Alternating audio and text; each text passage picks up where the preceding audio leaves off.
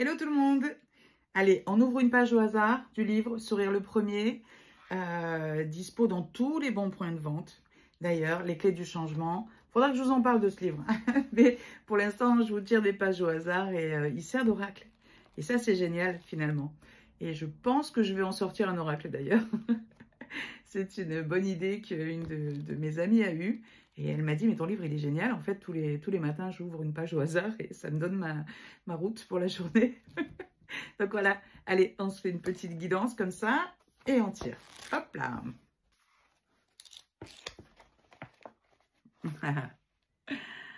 Le chapitre 11. La conscience universelle. Alors, la conscience universelle signifie que nous ne faisons qu'un avec l'univers tout entier. Les expériences que vous vivez ici enrichissent la base de données de l'univers afin d'évoluer à l'unisson. Et si nous avons accès à cette base de données, sachez que vous y avez accès aussi. Lorsque vous avez besoin de résoudre un problème ou que vous avez du mal à vous projeter dans une situation, alors consultez la base de données universelle. De quelle manière, me direz-vous? Eh bien, il suffit de demander à y accéder par une simple question. Puis, restez dans le silence et écoutez vos pensées. La question posée attirera les réponses possibles et ce sera à vous de faire le tri dans les réponses qui vous conviendront le mieux. Vos pensées nagent dans cette base de données depuis toujours et vous y avez toujours eu accès. Mais maintenant, vous pouvez le faire en conscience et ce sera beaucoup plus facile d'entendre les réponses. Gardez l'esprit ouvert, soyez attentif à vos pensées et voyez les signes tout autour de vous. Observez votre environnement et ancrez-vous profondément ici et maintenant en tant que créateur universel connecté à tout. Alors ce chapitre, je le trouve super intéressant parce que justement, il vous dit que quand vous vous connectez et que vous cherchez une réponse à une question,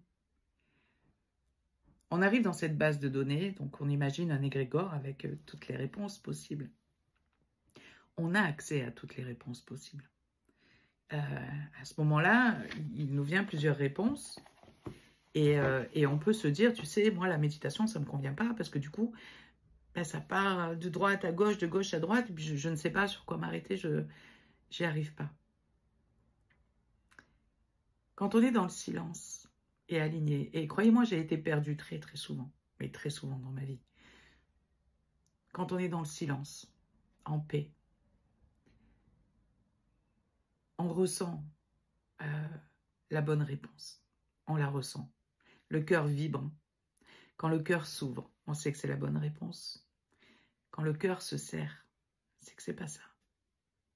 Simplement prenez le temps. Ne cherchez pas à forcer la réponse. Juste laissez passer et écoutez votre corps. Votre corps, c'est votre antenne. Et il vous dit tout, et il vous dit toujours la vérité. Et c'est vrai que souvent, on l'écoute pas, le corps. Le corps, on s'imagine que c'est un véhicule. Bon, ben ok, on a une âme, on traverse la vie avec ce véhicule, et souvent, on l'insulte, et on lui fait du mal, on le maltraite, et on n'est souvent pas heureux d'avoir ce corps, et alors que c'est un trésor.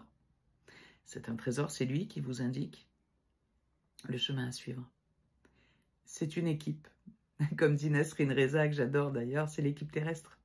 Et l'équipe terrestre, elle est tout aussi importante que l'équipe céleste. Voilà, il ne faut pas la négliger.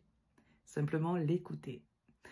Voilà, soyez en phase avec votre âme, en paix avec votre corps et avec le cœur ouvert. Et vous verrez que la base de données universelle, c'est quelque chose de fantastique. Allez, à bientôt.